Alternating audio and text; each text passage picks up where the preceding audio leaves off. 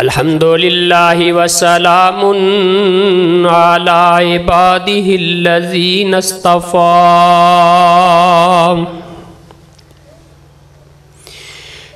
ان الحمد للہ نحمدہ ونستعینہ ونستغفرہ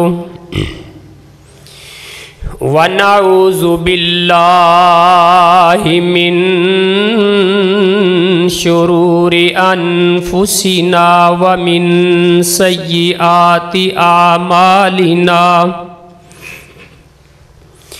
من يهده الله فلا مضل له ومن يضلله فلا هادي له أشهد أن لا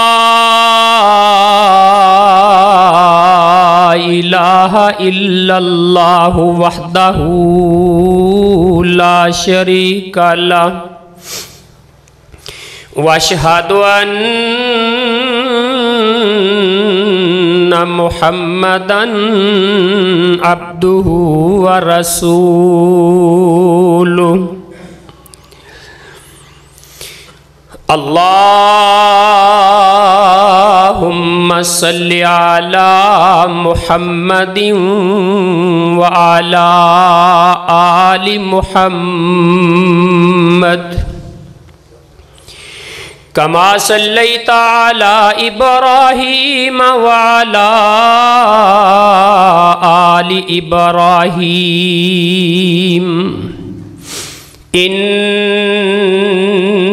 إنك حميد مجيد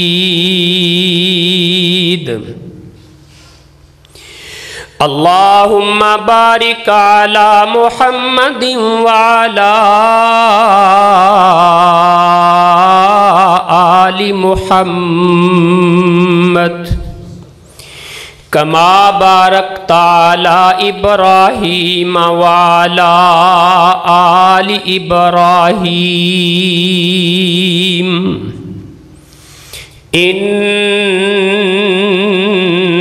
إنك حميد مجيد أما بعد فإن خير الكلام كتاب الله وخير الهدي هدي محمد صلى الله عليه وآله وسلم وشر الأمور محدثاتها وكل محدثة بدعة وكل بدعة ضلالة وكل ضلالة في النار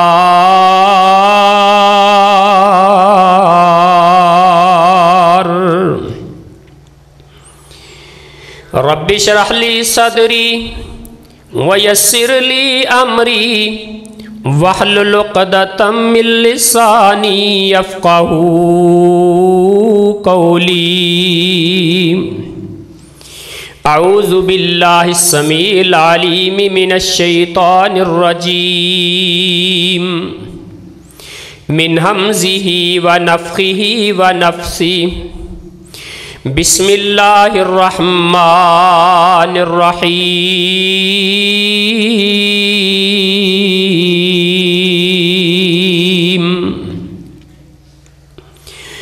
من عمل صالحا من ذكر أو أنثى وهو مؤمن فلنحيينه حياة طيبة وَلَنَجْزِيَنَّهُمْ أَجْرَهُمْ بِأَحْسَنِ مَا كَانُوا يَعْمَلُونَ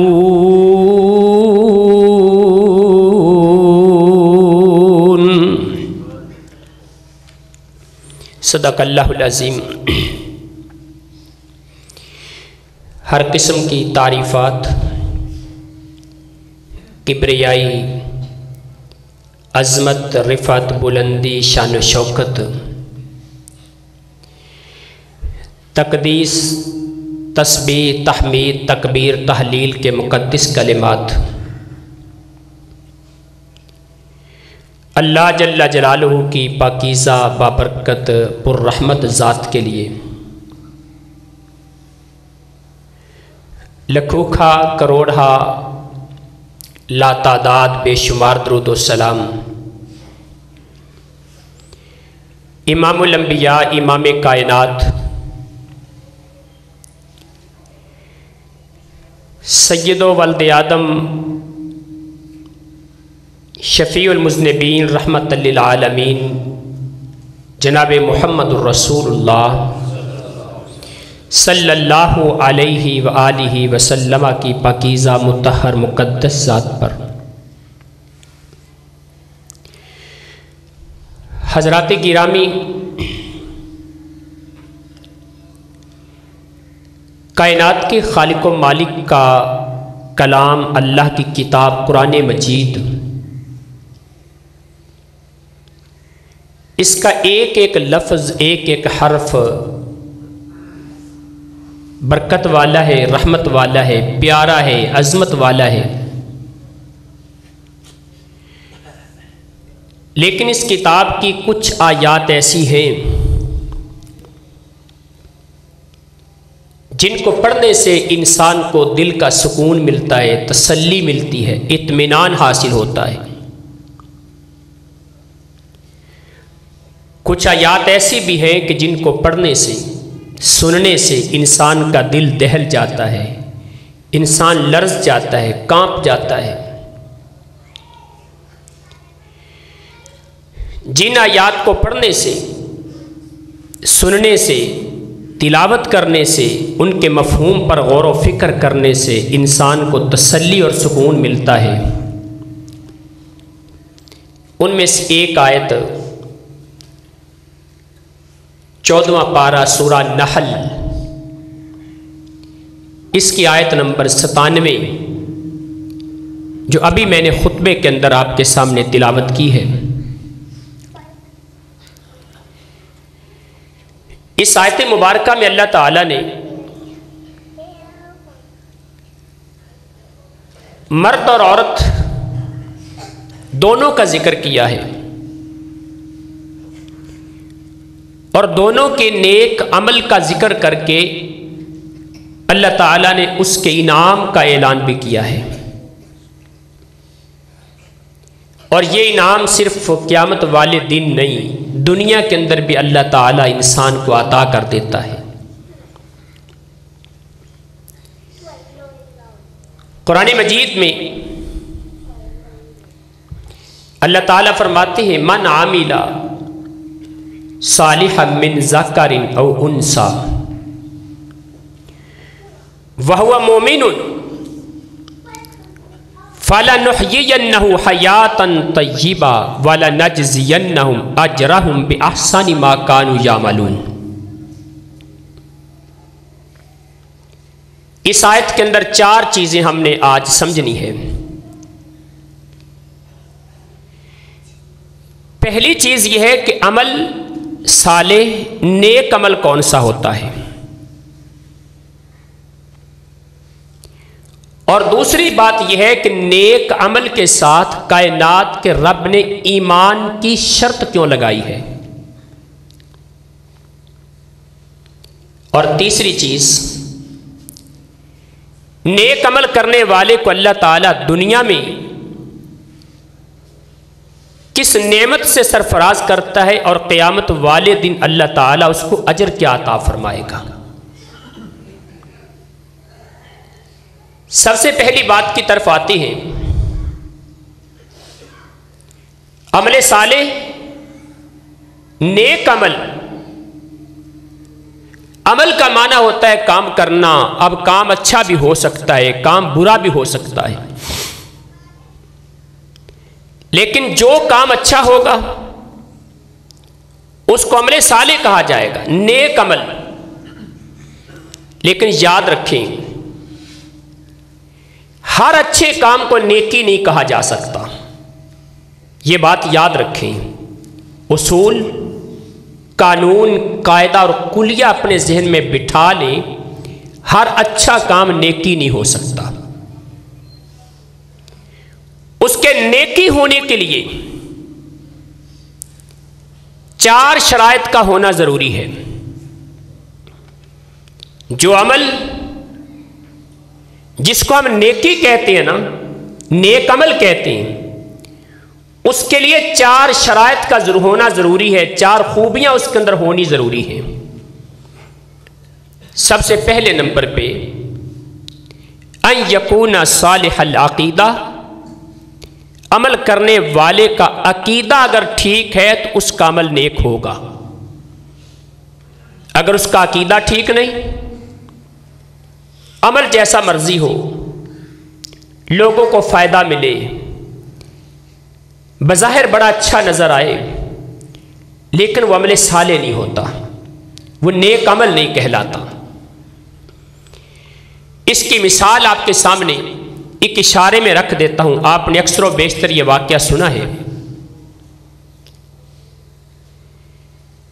عبداللہ ابن جدعان مکہ کے اندر ایک رہنے والا بڑا سخی قسم کا انسان تھا. اس کی تاریخ بڑی دلچسپ ہے، لیکن اللہ نے مال دے دیا، سخاوتیں کرنے لگ گیا. روزانہ کوئی 1000 کے قریب افراد اس کے دسترخوان سے کھانا کھایا کرتے تھے. 1000 بندے کو کھانا کھلانا تھوڑی بات نہیں ہے. سیدہ عائشہ رضی اللہ تعالی عنہا نے رسول اللہ صلی اللہ علیہ وسلم سے پوچھ لیا، اللہ کے رسول، عبداللہ بن جدعان کی نیکیاں، اس کی سخاوتیں، اس کا خرچ کرنا، اس کو کچھ فائدہ ملے گا؟ آپ نے فرمایا کہ نہیں. ما قال رب اغفر لی قط، اس نے ایک دن بھی اپنے رب سے اپنے گناہوں کی معافی نہیں مانگی. اس کا عقیدہ ٹھیک نہیں تھا، شرک پر مرا ہے. اگر انسان کا عقیدہ ٹھیک نہیں، وہ نبوت کے درجے پر فائز کیوں نہیں؟ منصب رسالت اس کو اللہ نے عطا کر دیا، عقیدہ ٹھیک نہیں تو اس کے اعمال بھی اللہ ضائع کر دیتا ہے. اگرچہ ایسا ہوا نہیں کبھی، ایسا ممکن ہی نہیں کہ اللہ کے کسی نبی کا عقیدہ غلط ہو، لیکن کائنات کے رب نے کتاب مقدس میں سورہ الانعام کے اندر 18 پیغمبروں کے نام لیے. ان کے نام لے کے اللہ نے کہا ہے وَلَوْ أَشْرَكُوا لَحَبِطَ عَنْهُمْ مَا كَانُوا يَعْمَلُونَ. اگر میرے یہ نبی ابراہیم علیہ السلام، نوح علیہ السلام، موسیٰ عیسیٰ علیہ السلام، یونس علیہ السلام، اسماعیل علیہ السلام، زکریا، سلیمان، داود علیہ السلام، اللہ نے نام لیے ان پیغمبروں کے، اگر میرے یہ نبی، میرے یہ رسول اپنے رب کے ساتھ شرک کرتے، اللہ ان کے اعمال بھی ضائع کر دیتا، ساری نیکیاں ضائع ہو جاتی. اور کائنات کے رب نے اپنے پیارے پیغمبر جناب محمد رسول اللہ صلی اللہ علیہ وسلم کو بھی کہا ہے لَإِنْ أَشْرَكْتَ لَيَحْبَطَنَّ عَمَلُكَ. میرے نبی، اگر آپ نے بھی شرک کیا نا تو میں اللہ آپ کے اعمال بھی ضائع کر دوں گا، آپ کی نیکیاں بھی ضائع ہو جائیں گی. پیغمبر کائنات کو، سرتاج کائنات کو، تاجدار انبیاء کو، تاجدار ختم نبوت کو کائنات کے رب نے کہہ دیا کہ اگر تو شرک کرتا میں تیری نیکیاں بھی ضائع کر دیتا. پھر میں اور آپ کس بات کی مولی ہیں؟ یاد رکھیے، جب بھی عمل کیا جائے تو عمل کرنے والے کا عقیدہ ٹھیک ہونا چاہیے. ایک اللہ پوری کائنات کا خالق و مالک ہے، تمام اختیارات کا مالک ہے، ہر طرح کے علوم کو جاننے والا ہے، ہر طرح کی مشکلات کو حل کرنے والا ہے. نہ اس کی ذات میں کوئی شریک ہے، نہ اس کی بات میں کوئی شریک ہے، نہ اس کے افعال میں کوئی شریک ہے. اور اگر یہ عقیدہ کہ اللہ تی ہر جگہ تے موجود ہے، یہ مسلمانوں کا عقیدہ نہیں ہے. اللہ کی ذات صرف عرش پر ہے. اللہ کا علم، یاد رکھے بات کو، اللہ کا علم، اللہ کی قدرت یہ ہر جگہ پر موجود ہے، لیکن رب کائنات کی ذات صرف عرش پر ہے. اگر کسی انسان کا عقیدہ یہ ہے کہ اللہ ہر جگہ پر موجود ہے اپنی ذات کے اعتبار سے، اس کا عقیدہ ٹھیک نہیں ہے۔ الرحمن علی العرش استوى، رحمان تو عرش پر مستوی ہے۔ اور یہ بھی یاد رکھیں، بسا اوقات لوگ کہتے ہیں مسجد ٹا دے، مندر ٹا دے جو کچھ ٹہندا، ایک بندے دا دل نہ ٹاویں، دلاں دے وچ رب رہندا۔ اللہ ہمارے دلوں میں نہیں رہتا، اللہ عرش پر ہے۔ عقیدہ بنائیں، اصلاح کریں اپنے عقیدے کی۔ اگر انسان کا عقیدہ ٹھیک نہیں، قیامت کا دن ہوگا، انسان کی نیکیوں کو اللہ تعالیٰ ریت کے ذروں میں تبدیل کر کے ان کو ضائع اور بیکار کر دے گا۔ وَقَدِمْنَا إِلَى مَا عَمِلُوا مِنْ عَمَلٍ فَجَعَلْنَاهُ هَبَاءً مَنْثُورًا۔ اللہ فرماتے ہیں لوگ اعمال لے کے آئیں گے، نیکیاں لے کے آئیں گے، لیکن ان کی نیکیاں ضائع اور بیکار ہو جائیں گی۔ عاملۃ ناصبہ تصلی نارا حامیہ، کتنے لوگ ایسے ہوں گے نیکیاں کر کر کے تھکے ہوں گے لیکن قیامت کو جہنم کے اندر داخل ہو رہے ہوں گے۔ اللہ تعالی ہمیں محفوظ فرما لے۔ عقیدہ ٹھیک ہونا چاہیے۔ دوسری شرط عمل صالح کے لیے، نیک عمل کے لیے دوسری شرط یہ ہے ما کمال الحب، کمال الحب ما کمال الذل۔ نیکی کریں، عمل کریں مکمل محبت کے ساتھ اور انکساری کے ساتھ، عاجزی کے ساتھ۔ جس نیکی میں اکڑ آ جائے نا، تکبر آ جائے کہ میں بڑی بڑی نیکی کر لی ہے، وہ نیکی اللہ کے یہاں قابل قبول نہیں ہوتی، وہ عمل صالح نہیں ہوتی، وہ نیک عمل نہیں ہوتا۔ عمل کریں اللہ کی محبت میں، رسول اللہ کی محبت میں۔ اطاعت کا معنی کیا ہے؟ کبھی ہم نے اطاعت کے معنی پہ غور کیا؟ اطاعت کا معنی ہوتا ہے کسی کی بات ماننا دل کی خوشی کے ساتھ۔ میں یہاں کسی بندے سے کہتا ہوں جاؤ بھائی یہ فلاں کام کر کے آؤ، چلے ہم یہی کر لیتے ہیں۔ یہ ہمارے کچھ ساتھی باہر بیٹھے ہیں، بزرگوں کی تو میں بات نہیں کرتا، جو نوجوان دوست باہر بیٹھے، میں ان سے کہتا ہوں بھائی آپ اندر آ جائیں، جمعے کے خطبے کے اندر یہ آداب میں شامل ہے کہ آپ امام کے قریب بیٹھیں۔ اگر وہ میری بات مانتے ہیں دل کی خوشی کے ساتھ، یہ اطاعت ہے۔ اور اگر میری بات مان بھی لیں، اٹھ کے اندر آ بھی جائیں، لیکن دلوں کی یہ چنگی مصیبت نو پا چھڑیا، صبح تو پہ بیٹھے ساں دے، کدی کدائی دا دھوپ نکلی ہے، آ بھی گئے تو پھر بھی بات فرما برداری والی ہوگی۔ فرما برداری اس بات کا نام ہے کسی کی بات کو مانا جائے اور دل کی خوشی کے ساتھ مانا جائے، محبت کے ساتھ۔ اللہ قرآن پاک میں فرماتے ہیں اعوذ باللہ من الشیطان الرجیم والذین آمنوا اشد حبا للہ۔ ایمان والے ساری کائنات سے بڑھ کے اپنے رب سے محبت کرنے والے ہوتے ہیں۔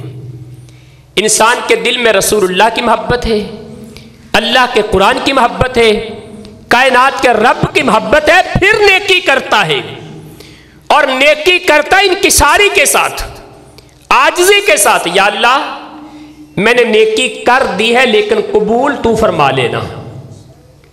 نیکی کر کے اکڑتا نہیں، تکبر نہیں کرتا، میں بڑی بڑی نیکی کی، مسجد میں بنوا چھڑی، تینوں پتہ نہیں مسیح تے ₹1,00,000 دیتا ہے میں، سارا کام میں ہی کروایا سی۔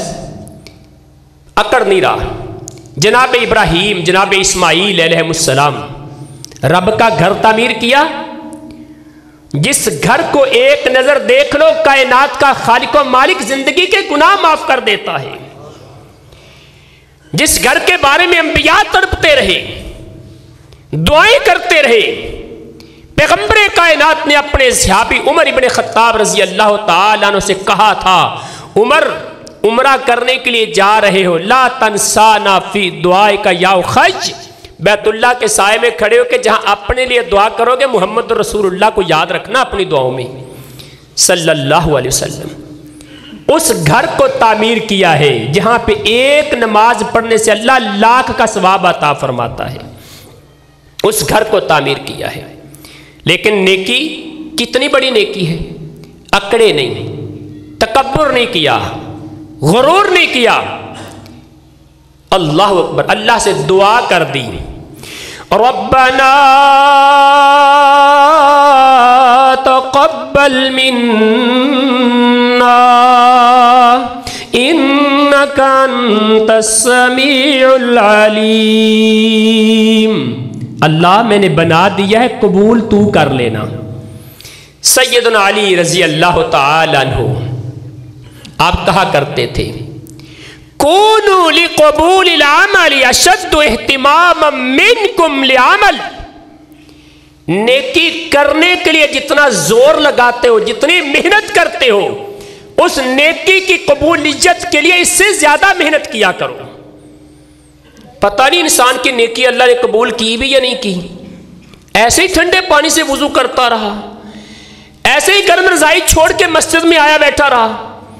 نہیں, نیکی کرنے پہ اگر تم محنت کرتے ہو تو اس کی قبولیت کے لیے رب سے دعائیں بھی کیا کرو.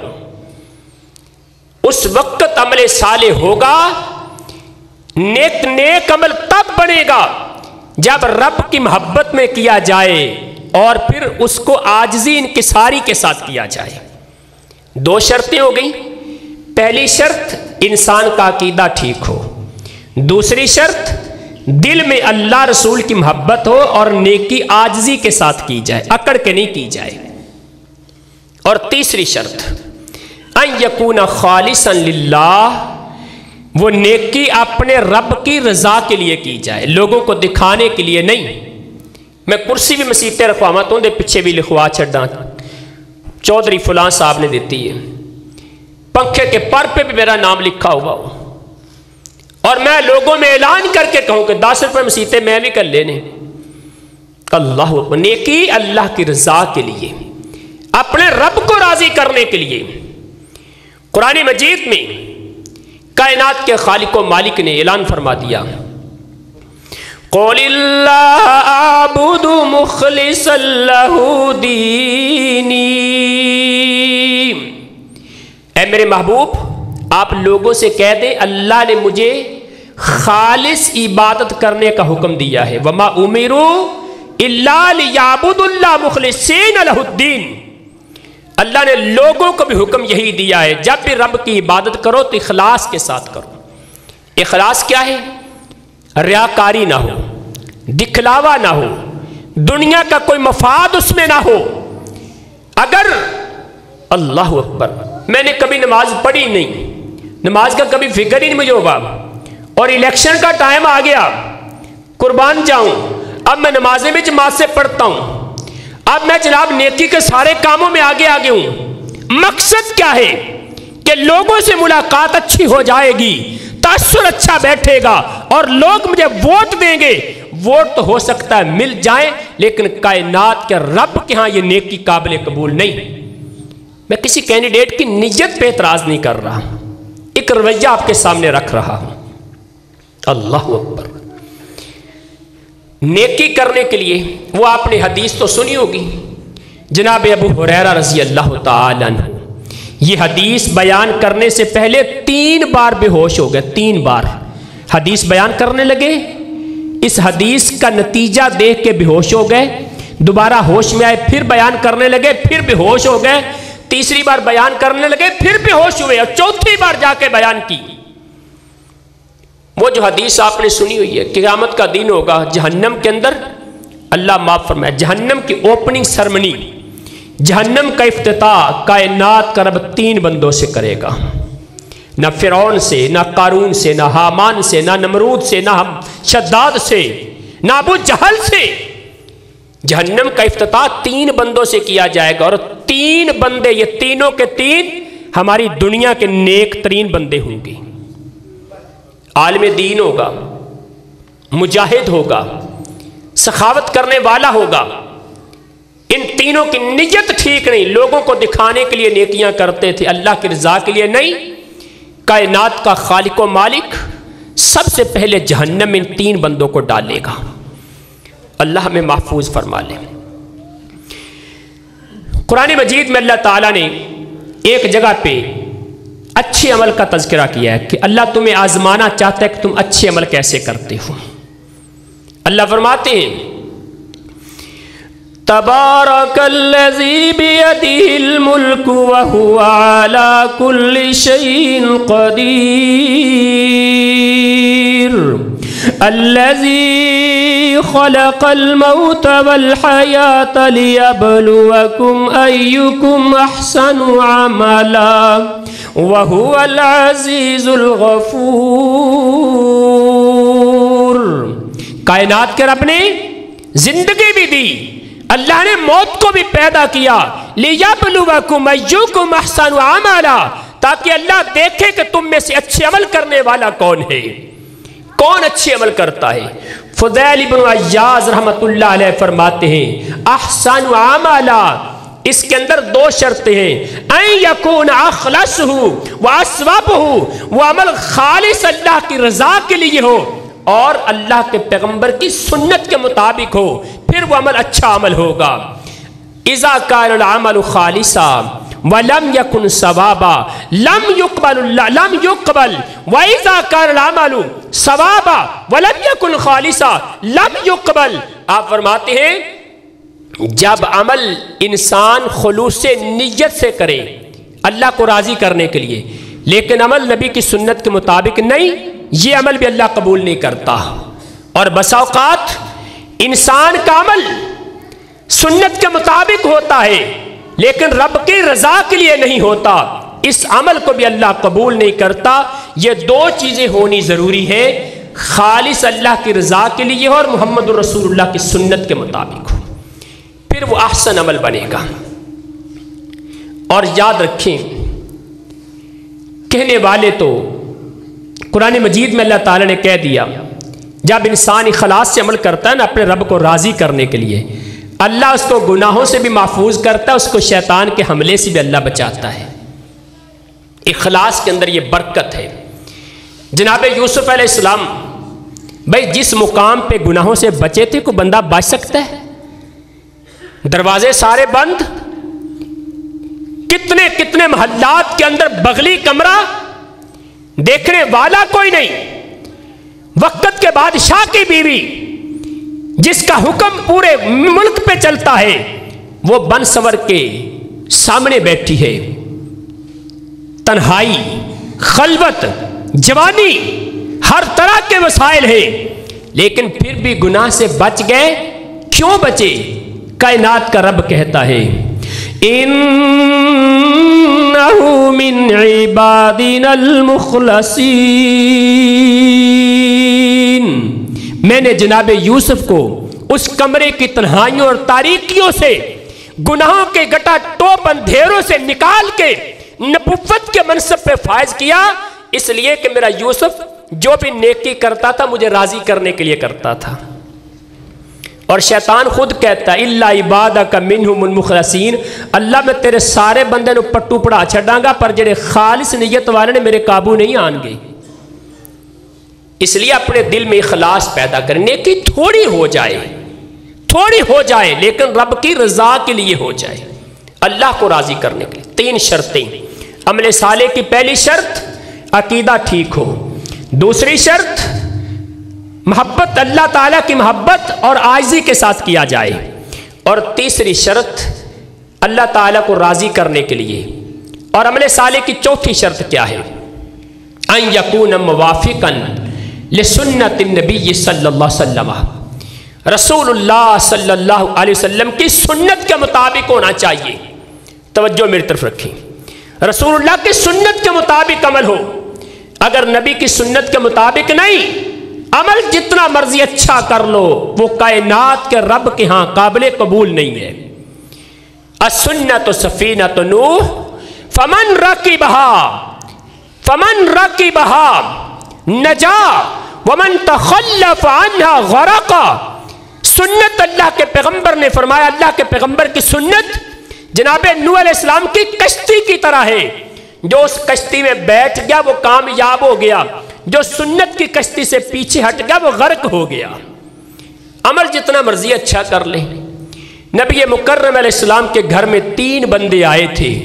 ایک نے کہا تھا میں ساری زندگی روزے رکھوں گا، کبھی ناغہ نہیں کروں گا۔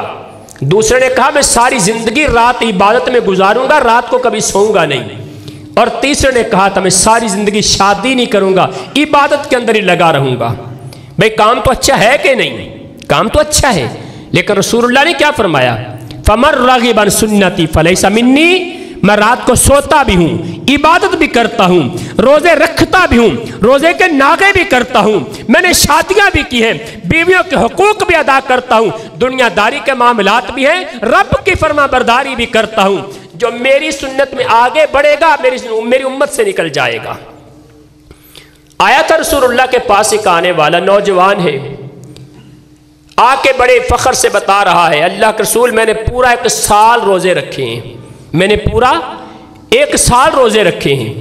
پیغمبر کائنات نے فرمایا اذن ما سمتا واحدہ، اگر تو نے پورا سال روزے رکھے نا اس کا مطلب ہے تو نے ایک بھی روزہ نہیں رکھا۔ کیوں؟ پورا سال مسلسل روزے رکھنا محمد رسول اللہ کی سنت نہیں صلی اللہ علیہ وسلم، عمل نبی کی سنت کے مطابق ہو۔ اور میں نے کہا تھا ہمارے آج کے عنوان میں 4 چیزیں طے ہوں گی، 4 چیزیں۔ پہلی، نیک عمل کی شرائط کیا ہے، یہ میں نے بیان کر دیا۔ نیک عمل کی 4 شرطیں ہیں۔ عقیدہ ٹھیک ہو، اللہ تعالیٰ کی محبت اور عاجزی انکساری کس سے کیا جائے، تیسری شرط اخلاص کے ساتھ کیا جائے، اور چوتھی شرط پیغمبر کائنات کی سنت کے مطابق ہو۔ یہ 4 شرطیں عمل صالح کی۔ اب یہ نیک عمل اللہ کی بارگاہ میں قبول ہونے کے لیے ایمان ضروری ہے، اگر ایمان نہیں پھر یہ عمل اللہ کے یہاں قابل قبول نہیں ہے۔ اور ایمان یاد رکھیں، ایمان زندگی کے آخری سانس تک ہونا چاہیے، زندگی کے آخری سانس تک، ورنہ اس حدیث پہ غور کر لیں، کیا پتہ اللہ معاف فرمائے کبھی اس حدیث کے اندر میرا ذکر ہی نہ ہو۔ پیغمبر کائنات علیہ السلام نے فرمایا انسان ساری زندگی نیکیاں کرتا رہتا ہے، ساری زندگی نیکیاں کرتا رہتا ہے، حتیٰ ما یکون بینہ و بین الجنت الا ذراع، حتیٰ کہ اس بندے کے درمیان اور جنت کے درمیان 1.5 فٹ کا فاصلہ رہ جاتا ہے۔ 1.5 فٹ کا فاصلہ اس بندے کے درمیان اور جنت کے دروازے کے درمیان۔ بندہ سمجھ رہا ہو سامنے دروازہ، بس میرا 1 پیر ہی پٹنا ہے تو جنت چلے جانا ہے، لیکن 1.5 فٹ کے فاصلے پہ جنت کے قریب پہنچ گیا، 1 گناہ زندگی کا کرتا ہے، اس گناہ پہ موت آتی ہے، سیدھا جہنم میں جا گرتا ہے۔ اور ایسا بھی ہو سکتا ہے انسان ساری زندگی گناہ کرتا رہا، جہنم کے کنارے پر پہنچ گیا، 1.5 فٹ کا فاصلہ رہ گیا، اللہ ایک نیکی کی توفیق دیتا، اسی نیکی پہ موت آتی، سیدھا جنت میں داخل ہو جاتا۔ اللہ تعالیٰ سے ہمیشہ ایمان کی دعا کیا کرو، کام وہ کرو، عمل وہ کرو، نیکیاں وہ کرو، انسان کی کوشش اور خواہش ہو اللہ میں یہ نیکی کرنے لگا ہوں، مجھے اگر موت دینی تو اس نیکی میں ہی دے دینا۔ اسی لیے رسول اللہ نے اپنے صحابی سے کہا تھا صلی صلاۃ مودعین، میرے صحابی جو بھی نماز پڑھو ایسے انداز سے پڑھو گویا کہ زندگی کی آخری نماز پڑھ رہے ہو۔ اب آخری کی میں تمہیں مثال دے دیتا ہوں، اللہ تعالیٰ میں دشمنیوں سے محفوظ فرما لے۔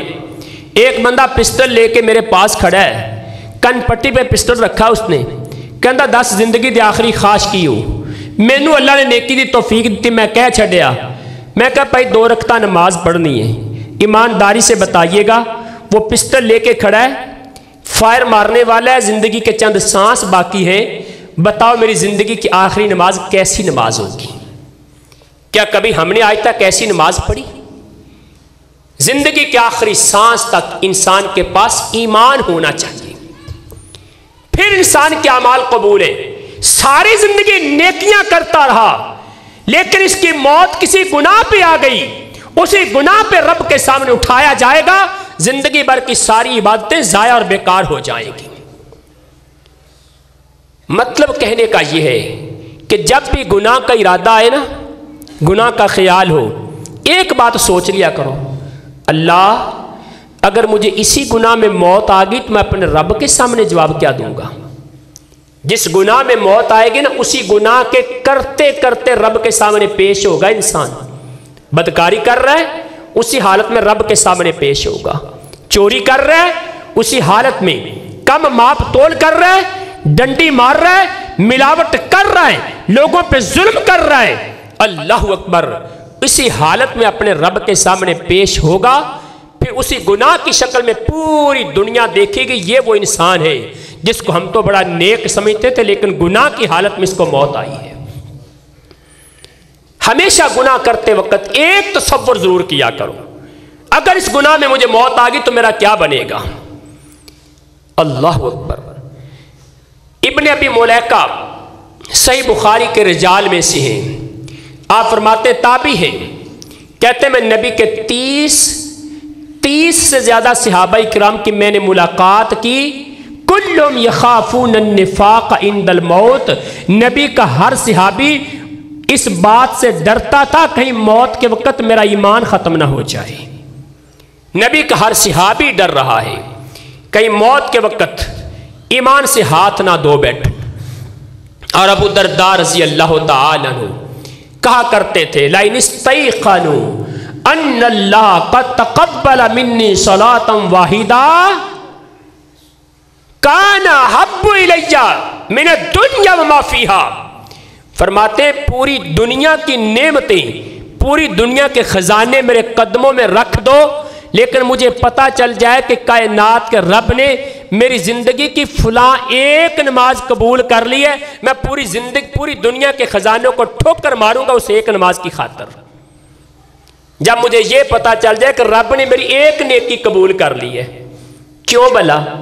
جب اللہ ایک نیکی قبول کرتا ہے نا، اللہ قبول اس بندے سے کرتا ہے جس کے اندر ایمان ہوتا ہے، اللہ قبول اس سے کرتا ہے جس کے اندر تقوی ہوتا ہے، ورنہ اللہ قبول ہی نہیں کرتا کسی سے۔ آدم علیہ السلام کے بیٹے ہی کیوں نہ ہوں، نیکی کریں، اللہ قبول نہ کرنے پہ آئے تو نہیں کرتا، کیونکہ اللہ کا قانون ہے اللہ یتقبل من المتقین، اللہ ہمیشہ متقین سے نیکیاں قبول کرتا ہے۔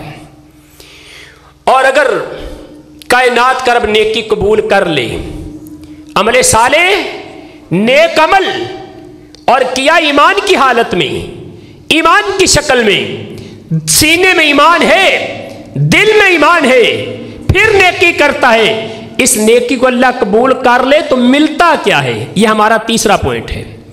پھر انسان کو ملتا کیا ہے؟ اللہ فرماتے ہیں من عمل صالحا من ذکر او انثى وهو مؤمن فلنحيينه حیاتا طیبہ۔ اللہ فرماتے ہیں ہم اس بندے کو پاکیزہ زندگی عطا کر دیتے ہیں، جس کی نیکی اللہ قبول کرتا ہے اس کو پاکیزہ زندگی ملتی ہے۔ اور یہ پاکیزہ زندگی کیا ہوتی ہے؟ شیخ عبد الرحمن السعدی اپنی تفسیر سعدی کے اندر بیان کرتے ہیں پاکیزہ زندگی سے مراد 4 نعمتیں ہیں۔ پہلی نعمت الطمانینۃ فی القلب، کائنات کا رب اس انسان کے دل کے اندر اطمینان پیدا کر دیتا ہے، پریشانی اس کو آتی نہیں ہے۔ امام غزالی فرماتے ہیں رحمت اللہ علیہ، جو انسان زندگی میں ہمیشہ پریشان رہتا ہے نا، ہمیشہ مایوس رہتا ہے، سمجھ لو بندہ ایمان سے خالی ہے۔ مومن انسان جس کے دل میں ایمان ہے وہ ہمیشہ پریشان نہیں رہتا، وقتی طور پہ تھوڑی دیر کے لیے پریشان ہوگا، یہ انسانی فطرت ہے۔ اس کے بعد وہ کہتا ہے جیسے میرے اللہ کو منظور ہے میں ویسے ہی راضی ہوں۔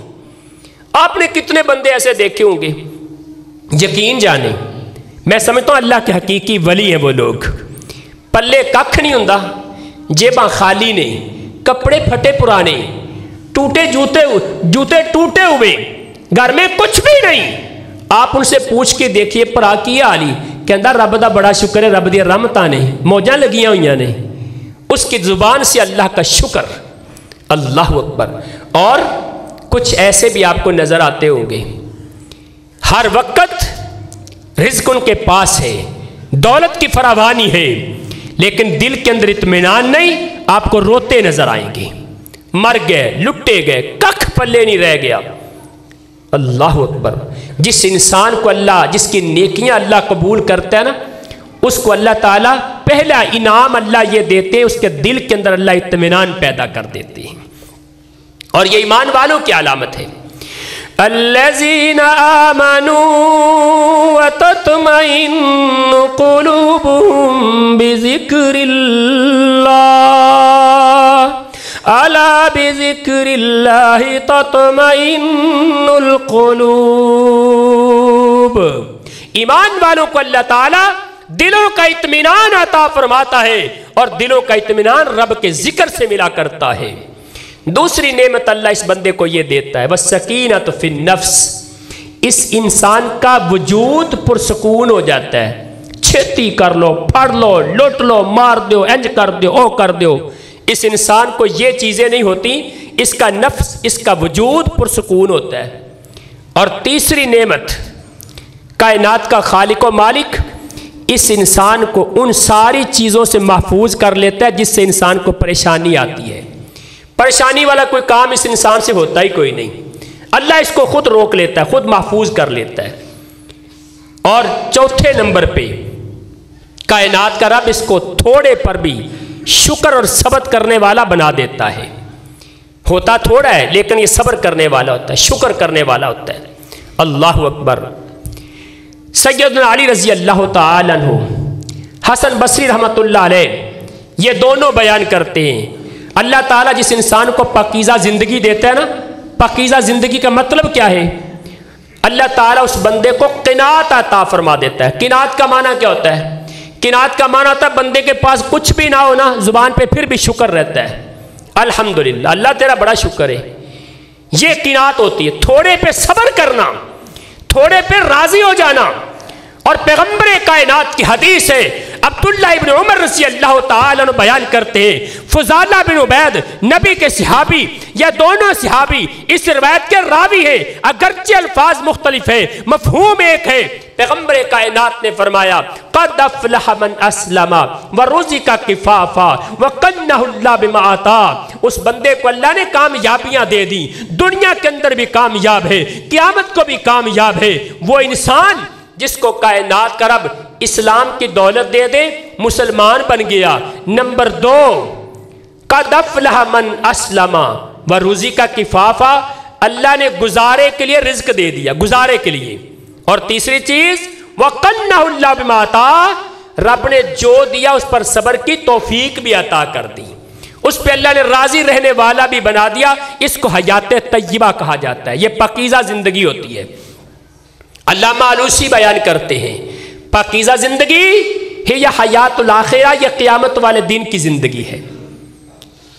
ہمارے 3 پوائنٹ مکمل ہوئے۔ پہلا، نیک عمل کس کو کہتے ہیں؟ نمبر 2، نیک عمل ایمان کی حالت میں ہوگا تو پھر قابل قبول ہے۔ نمبر 3، نیک عمل کرنے والے کو اللہ پاکیزہ زندگی عطا فرماتے ہیں، اور پاکیزہ زندگی کیا ہوتی ہے وہ میں نے بیان کر دیا۔ اور نمبر 4، اللہ تعالیٰ قیامت والے دن اس انسان کو کیا عطا کرے گا؟ قیامت والے دن اس انسان کے عمل سے کئی گنا زیادہ اللہ اجر عطا فرمائے گا، کئی گنا زیادہ۔ میں اس کی 2-3 مثالیں دے کے بات ختم کرتا ہوں، میرا ٹائم ختم ہو گیا۔ پہلی مثال، آپ وضو کرتے ہیں نا، وضو کرنے میں کتنا کو ٹائم لگتا ہے بھائی؟ کبھی ٹائم کا حساب کیجئے گا، شاید 1 منٹ یا 2 منٹ لگتے ہوں گے۔ اتنا عمل کرنے سے کائنات کا خالق و مالک زندگی کے سارے گناہ معاف کر دیتا ہے۔ عمل تھوڑا ہے، ثواب زیادہ ہے۔ وضو کیا، وضو کرنے کے بعد چند الفاظ والی دعا پڑھ لی، اشہد ان لا الہ الا اللہ وحدہ لا شریک لہ واشہد ان محمد عبدہ ورسولہ، یہ دعا پڑھی، کائنات کا رب اتنا عمل کرنے سے جنت کے 8 دروازے کھلوا دیتا ہے۔ اللہ کہتا ہے عمل تھوڑا ہے، بدلہ زیادہ عطا کروں گا۔ بھئی زبان سے انسان ایک بار کہتا ہے الحمدللہ، ایک بار کہا، اجر پتہ کتنا زیادہ ملتا ہے؟ پہلی حدیث، زمین سے لے کے آسمان کا سارا خلا انسان کی نیکیوں سے بھر جاتا ہے۔ اور اگر یہ انسان الحمدللہ کہتا ہے نا، نیکیوں والا جو پلڑا ہے، نیکیوں والا ترازو، اس کے اندر ساتوں زمینیں رکھ دو، ساتوں آسمان رکھ دو، وہ نہیں بھرے گا۔ لیکن آپ نے الحمدللہ کہا، ایک بار الحمدللہ کہنے سے آپ کی نیکیوں والا سارا پلڑا نیکیوں سے بھر جاتا ہے۔ عمل تھوڑا ہے، اللہ اجر زیادہ عطا کرتا ہے۔ آخری حدیث بیان کرتا ہوں اس حوالے سے، مثالیں سینکڑوں اس کی، بے شمار مثالیں۔ اللہ اکبر۔ رسول اللہ صلی اللہ علیہ وسلم نے فرمایا، صحیح جامع ترمذی کی روایت ہے، من غسل واغتسل وبکر وابتکر ومشى ولم يركب ودنا من الامام ولم يلغو۔ وہ میرے بھائی جو باہر بیٹھے رہے نا، یہ حدیث خصوصاً ان کے لیے بھی ہے، غور کیجئے ذرا، اور باہر والے زیادہ توجہ سے سنیں۔ اللہ کے رسول نے فرمایا، جمعہ والا دن جو بندہ بڑا اچھا غسل کرتا ہے اور اپنے گھر والوں کو، اپنی بیوی کو بھی غسل کرواتا ہے، اچھا غسل کیا، گھر والوں کو کروایا، پھر اس کے بعد جلدی نکلا جمعہ پڑھنے کے لیے، جلدی نکلا۔